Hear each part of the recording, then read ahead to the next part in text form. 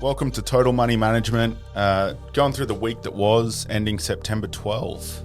How we doing, Steve? It feels weird not saying gents. Yeah, I'm just having a sip of the wine.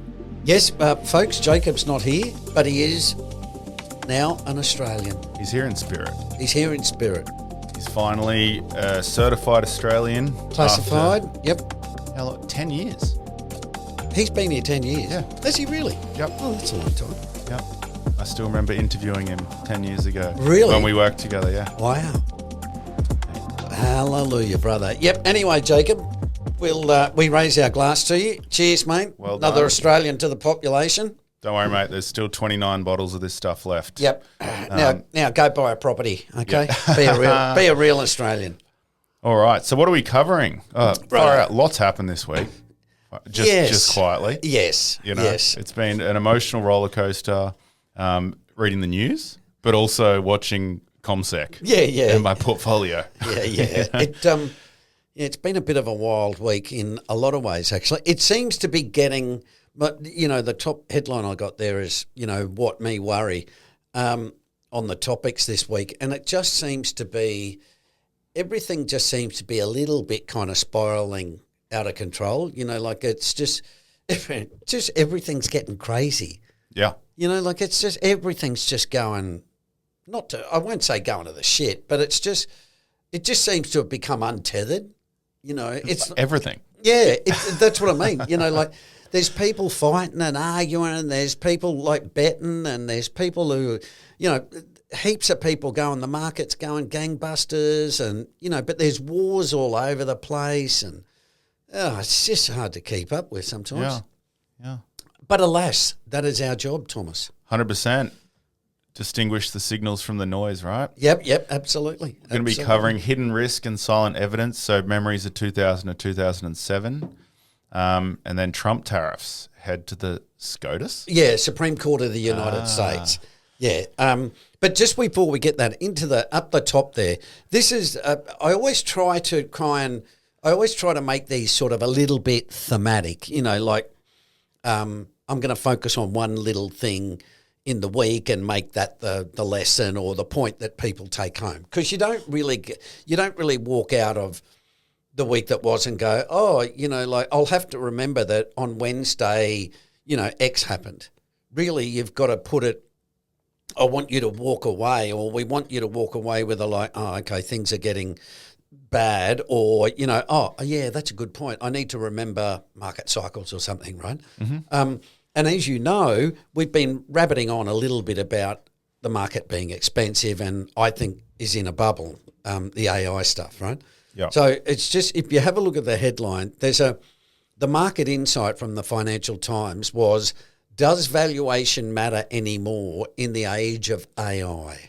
Right? Now when I saw that just encompassed everything, where I just went, yep, we're at the peak. Well, what are you buying? Well, but it's, as soon as people say value doesn't matter, the implication of that is, okay, well, that means price doesn't matter, right? Because if it's the same thing when people say, property only ever rises. Okay, so if it only ever rises, that means it doesn't matter what you pay for it, because in the future it'll be more. Yeah. Right? So it can never fall. And we know that's what I've heard. Yeah, well, that's not the case, right? So when you take that sort of second level thinking by going, oh, okay, does valuation matter anymore in the age of AI? It's like, okay, well, what's AI got to do with the valuation of Woolworths? Right? It's just, it doesn't make any sense, and it's just people putting headlines out there that I'm sure they, everyone when the .com bubble was on, everybody had a .com tag, right? Yeah. Pets.com, blah, blah, blah. When the rare earths bubble was on, every mining company put out a thing going, oh, we've got rare earths, right? Hoping to attract money and stuff, right? So what are we doing now? Everyone's talking about AI, right? So all of these companies are mentioning, oh, yeah, we're going to use AI and i.e., we're going to be more profitable and more efficient and we're going to make more money, so you should buy our stock. right? And to do that, you have to suspend judgment on valuation, right? You have to look at it and say, oh, okay, well, if AI is going to take over the world and this thing's worth, it's $10 and it's worth $120. And it's like, okay, but that's not the way it really works. Yeah. But that's what they're sort of selling it as. And that you never see that stuff at the bottom. No. It's a casino. They probably used AI to write that headline. Well, yeah, that's give me 10 yeah, headlines. Yeah. But it's a casino at the moment. It's not always a casino, but that's actually a good thing. What you just said, because that's the word I'm looking for. It's just like everything's become a casino. Like crypto, gold, currencies, stocks, bonds. There was something else I read today. I can't remember what it was, and I'll remember it for next week. But that's right. There was just a brief story, right? There's this thing now where what people are doing is they're selling their car by lottery. Right? So what they do is they say, listen, I got a BMW 328i, right? And I'm going to sell it, and I'm going to make it a lottery. So everyone can, if you want to buy a lottery ticket, it's $10, right?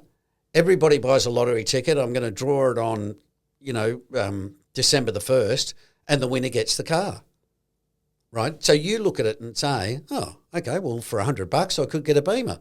All right, I'm in. Right, but if there's 400 people who enter, well, he gets 40 grand for the Beamer when it's probably worth 25. Yeah, right. But just that thing where everything has become a gambling speculator mentality, and it's just like you say, you just think, man, this old thing's just turned into a casino. Like it's just crazy. Yeah, mate, wild. Well, it just has to blow up. Been saying that. It's just a bit. Look, at the end of the day, even though it's a casino, like to think that the way we're playing the casino with a strategy, understanding when we've got the edge, when the house has the edge. Yep. And like you covered in the last coaching call, right? Just avoid the drawdowns as best as possible, or protect yourself. Yes. In the event of a drawdown. Yep. You want to be in a position where that's actually an opportunity. Yeah. Absolutely. As opposed to something that slaughters half. Takes. Well, remember, in 2000, the NASDAQ lost 80%. Mm-hmm. So when you look at it now, and this is the hard part, because you look at it now and you think, oh man, what you think is, and you hear it in Australian property, right? Oh, Albo won't let property prices go down. And it's like, mate, he doesn't control the prices, right? And it's the same with the stock market, where people go, mate, I couldn't see the NASDAQ going down 80%. And it's like, well, what, do you think there's one person up there controlling all of it? No, they'll step in, they'll print more money. Yeah, but but again, Tom, that doesn't mean people are going to go and rush in to buy the NASDAQ, because the narrative will change, right? And that's what happens. Like they say, the government will print money. What, so we can all go and speculate in the stock market again? I don't think so. So, that's where you've got to be really cognizant of the market cycles and stuff. We're going to talk about that in the lesson of the week. But that's what I'm worried about. It just sort of, look, it's been with me for a bit, but just this week, there was just stuff where I kept looking at it going, oh man, this is, things, Oracle, Larry Ellison, who runs Oracle, has now become the richest man in the world, because this week he made $100 billion because the Oracle share price went up 38% in a day. Right now, I'm not talking about a mining speculator. I'm talking about one of the big companies. Yeah, large cap. Absolutely, absolutely. Now, why did that do it? Because, OpenAI, Sam Altman, said we're going to do a $300 billion contract with Oracle in the data centers and cloud computing, right, stuff. Okay, market takes off, right? Now, there's a couple of things. One is OpenAI doesn't have $300 billion. Larry Ellison's Oracle hasn't got the supply capability to fulfill the contract, right? So in other words, you're looking at something where some guy says, we're going to do X, and they haven't got any money. The other guy on the other side says, yeah, and we're going to fulfill the contract. And it's like, yeah, but you haven't got any of the stuff that he needs. It's like, oh, well, yeah. Yeah. We'll figure that out later on. But the share price in the meantime goes up 38%. Yeah, off a tweet. And the guy makes $100 billion extra. But that's when I go, oh, boy, that's really, the US is just untethered from reality. And that's when you've got to start to be really, really worried about markets, because this shit's not going to go on forever. But that kind of stuff's been going on for a while. Yeah, absolutely. And in crypto. Absolutely. There was a phase there where Elon was basically playing the Doge price like a puppet, just based on what he tweeted. Yeah. But that's what I mean, Tom. The thing that concerns me is we're going to talk about the Charlie Kirk thing, right? Where that single event can be the catalyst for an enormous change, right? It's like a black swan event, right? And that's where you go, oh, I didn't see that coming. Well, no, you can't see that coming, right? You can't calculate into your, you don't do a discounted cash flow and go, okay, yeah, assassination of Charlie Kirk. Okay, yeah, what's that worth? Oh, 10%, right? You can't do that stuff. And as I've said before, it can be the social events that impact markets. It's not just necessarily market events. Like if America descends into, some fairly serious chaos, the market's not going to, you can't look at that and go, oh, yeah, that's bullish. I mean, you've got to look at that and go, oh, hello, things are getting out of, And my concern is that it will blow up across America, not just, Civil War stuff. Yeah, it's not a that's just a Detroit thing, right? It's confined to Detroit, right? It's sort of like no. This is like COVID, where it just starts spreading out, and there starts to be riots in a lot of cities. You get the right in the politics, you get the left in the politics, and then they start going at each other, and that's when. Trump's already talking about bringing in the army to Chicago and all these places. So you look at it and just go, oh, man, this has got January 6th, where they stormed Capitol Hill. It's just got that written all over it again, right? And that's what I mean. There's things where you just sort of think, oh, man, this could get really ugly. And if valuations were reasonable, you'd sort of go, okay, well, things are not too bad.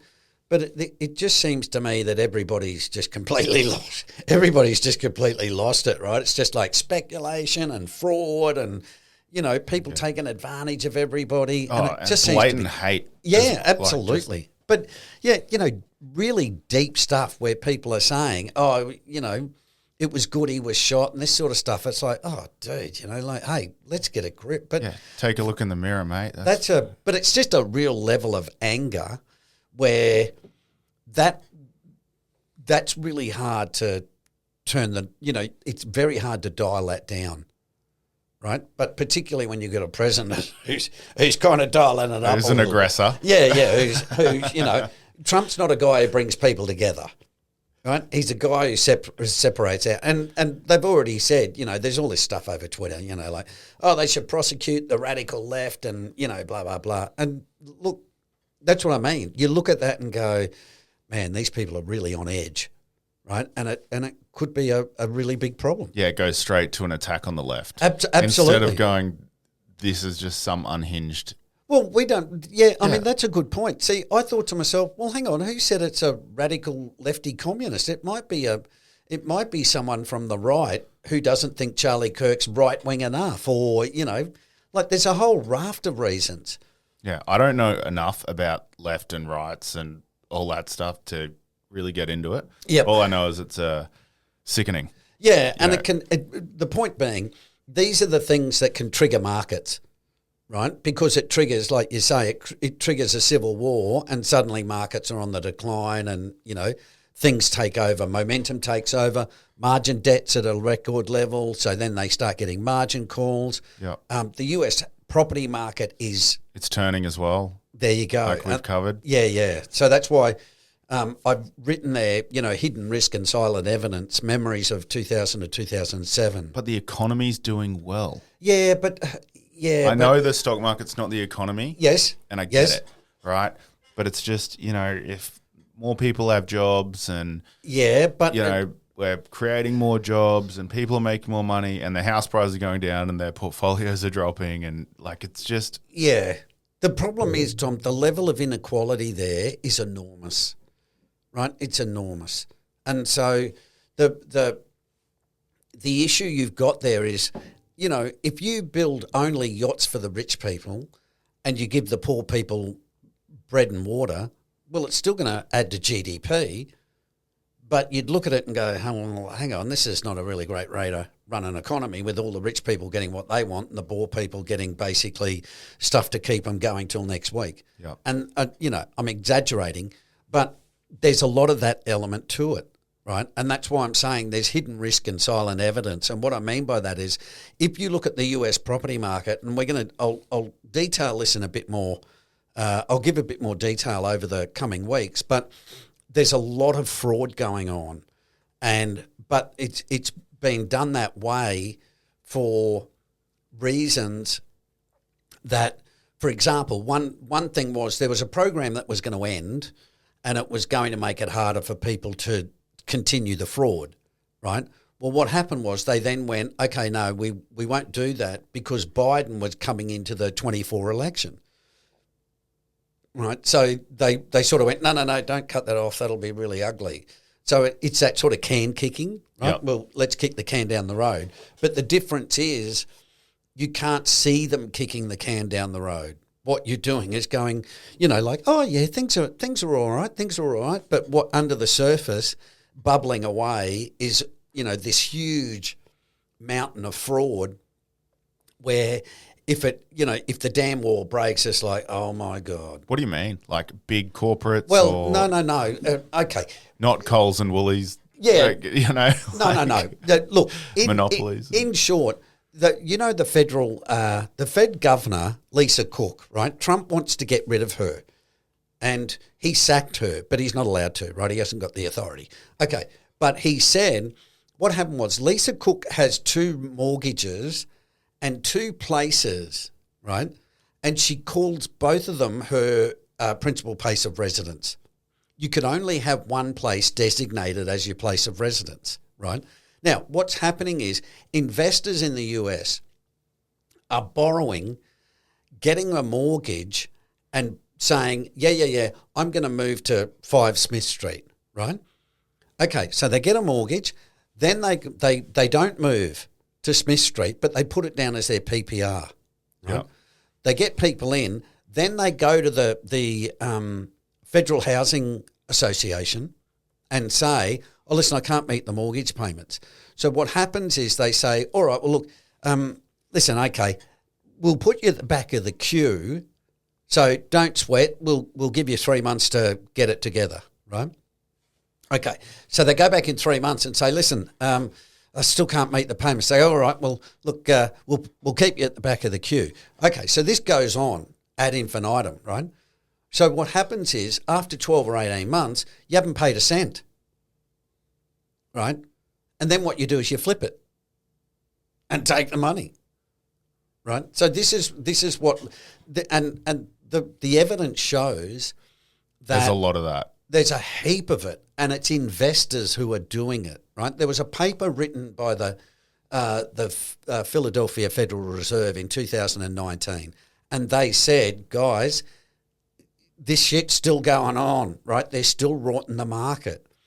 So that's the sort of stuff I'm talking about. That's the stuff where you go, well, hang on, we didn't know all this fraud was going on. And it's like, yeah, I know, because, that's the whole point. Yeah, we didn't know we could do it.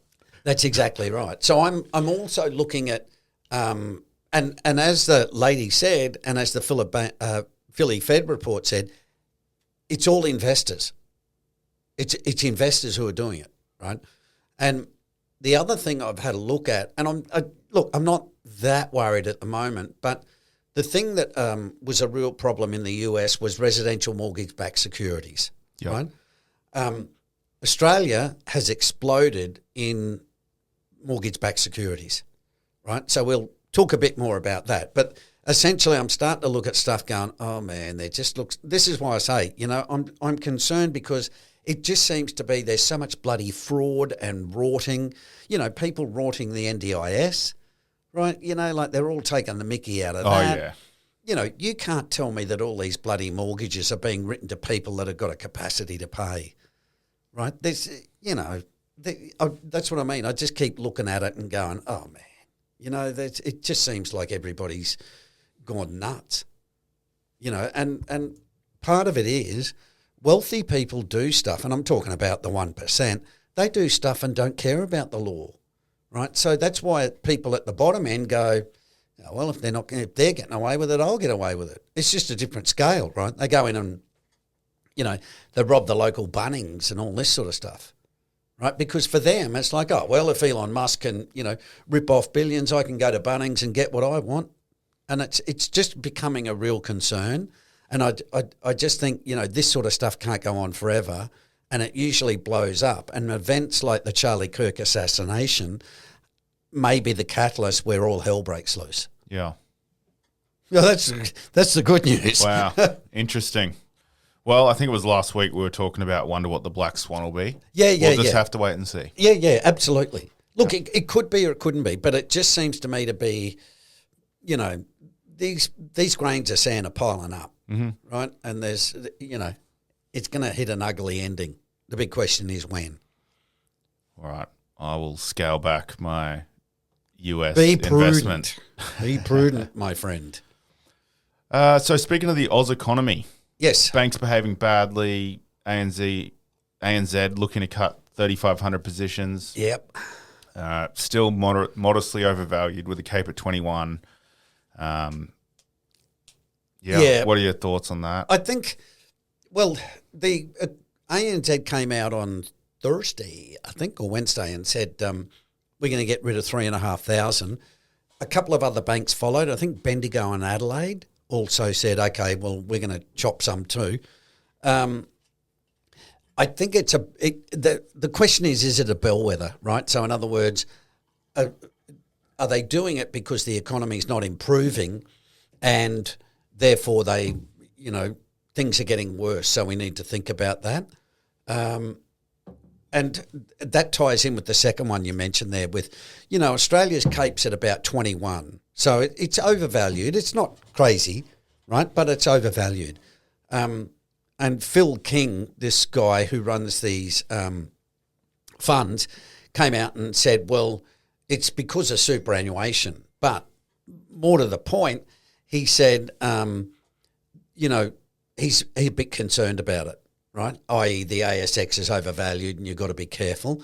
And I think we were talking about it last week where, the valuations of some of those big companies are getting pretty high. They're getting up there, but when you compare it to the US, we still look cheap. Yeah. But that's the thing though. You've got to, there's two kinds of valuations. There's relative valuation and historical, right? And so at the moment, you hear a lot of what you said there, which is, like, oh yeah, we're expensive relative to the US, we're cheap. And it's like, yeah, I know, but historically we're expensive. So that's where it can be a bit of a, you can run into a clash. And that's where it becomes trouble because if it was the other way around, if Australia was crazy expensive and the US wasn't, that wouldn't be that much of a problem for a global portfolio, right? But when the US is expensive, as we've talked about, when it sneezes, everyone catches a cold. And if you're expensive as well, then you're going to get a bit of a belting. So, it's just got a sort of whiff of the GFC about it. Yep. Or the .com, take your pick. I mean, the coaching call we talked about, 29, the Great Depression, 72 to 73 recession, 2000, the .com and the GFC. And if you have a look at all those events, the market went down 50%, right? Well, you have to say to yourself, okay, well, why is this time different, right? Yeah. And that leads to my third article. Fair enough. Well, I know for a fact I'm rebalancing more than I was. Yeah. More regularly than I was. Yeah. I think there's an article. There's an article there where there's this guy called Victor Chevets. I hope they got his name right. He wrote a really good book, and I read it, and I sort of agreed with most of it. I sort of thought, oh yeah, okay, this is what I'm kind of thinking, right? And anyway, he did a talk, and it was quite sort of very downbeat. But also the thing that caught my eye was he said, oh well, there's not going to be any mean reversion, right, in stocks and stuff. There's no more economic cycles or no more capital cycles. You hear that every single time, right? Every single time someone comes out and says, we've defeated the business cycle, right? And inevitably the market crashes. Yeah. Right. And so I just thought it was interesting, again, with this theme of, which again is common, right? When the market continues to go up, when the market continues to defeat every sort of thing that we throw at it, people get lazy and say, oh, it's different. Yeah. Right. 100%. Like, I can tell you now, in 2019, at the end of 2019, early 2020, when we had that COVID crash, and it dropped, I can't remember what the percent was, 30 odd. Yeah, 30 in a month. I was like, okay, that's a bear market. Like it's past that threshold of 20%, all right, and then bang, like V-shaped recovery. Yeah. And it bounced 30% the next month, I think. And we've seen that a couple of times. Yes, and it's just, that's, for me more than anything, that's the thing that makes me feel like it's all batshit crazy. Yes, yeah. Like, well, it does. Look, it does make it hard, right? But even in COVID, the 30% decline, the US Cape was 33, right, and it dropped to 23. That was still, which is still expensive, right? But they resurrected it again. The same thing happened in 2000, right? The Cape was 44, it fell to 23.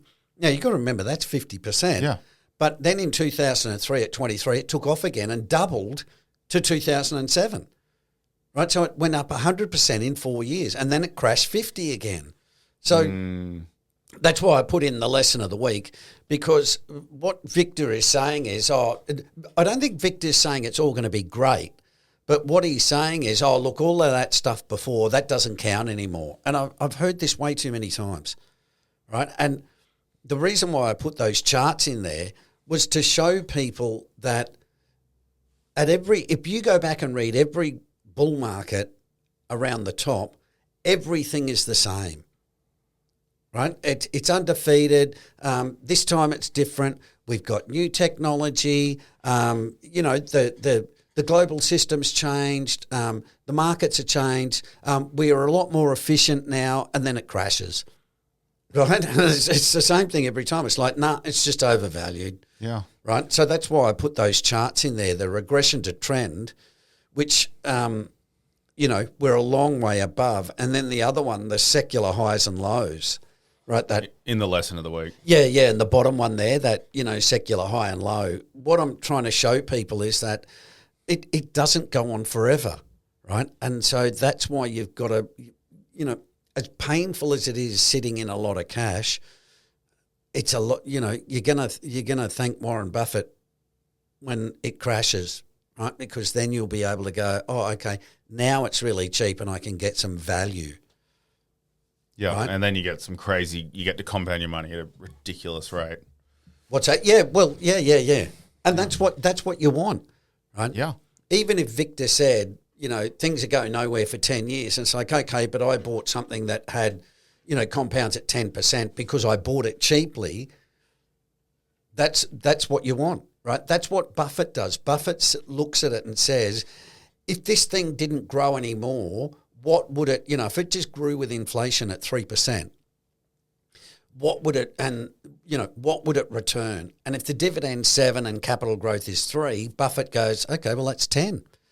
And, it'll probably end up being 11 or 12, right? But just to give you an idea, just to finish on this quickly, and again, I'll expand out on this point in future podcasts, but in 1999, Buffett gave a speech, right, and wrote an article. And he said, this is in 1999, right? Now, the Cape was about, 43 or something, right? So Buffett said, look, the next 17 years will be not like the last 17, right? Now, the last 17 was 1982 when the Cape was 5, right? The market took off. You made 16% per year compound, right? Double every 3.5 years. Okay, we get to 99. Everyone's doing the same thing. The old man's missed the boat. It's all about the .com, right? He goes and says to him, you're all full of shit.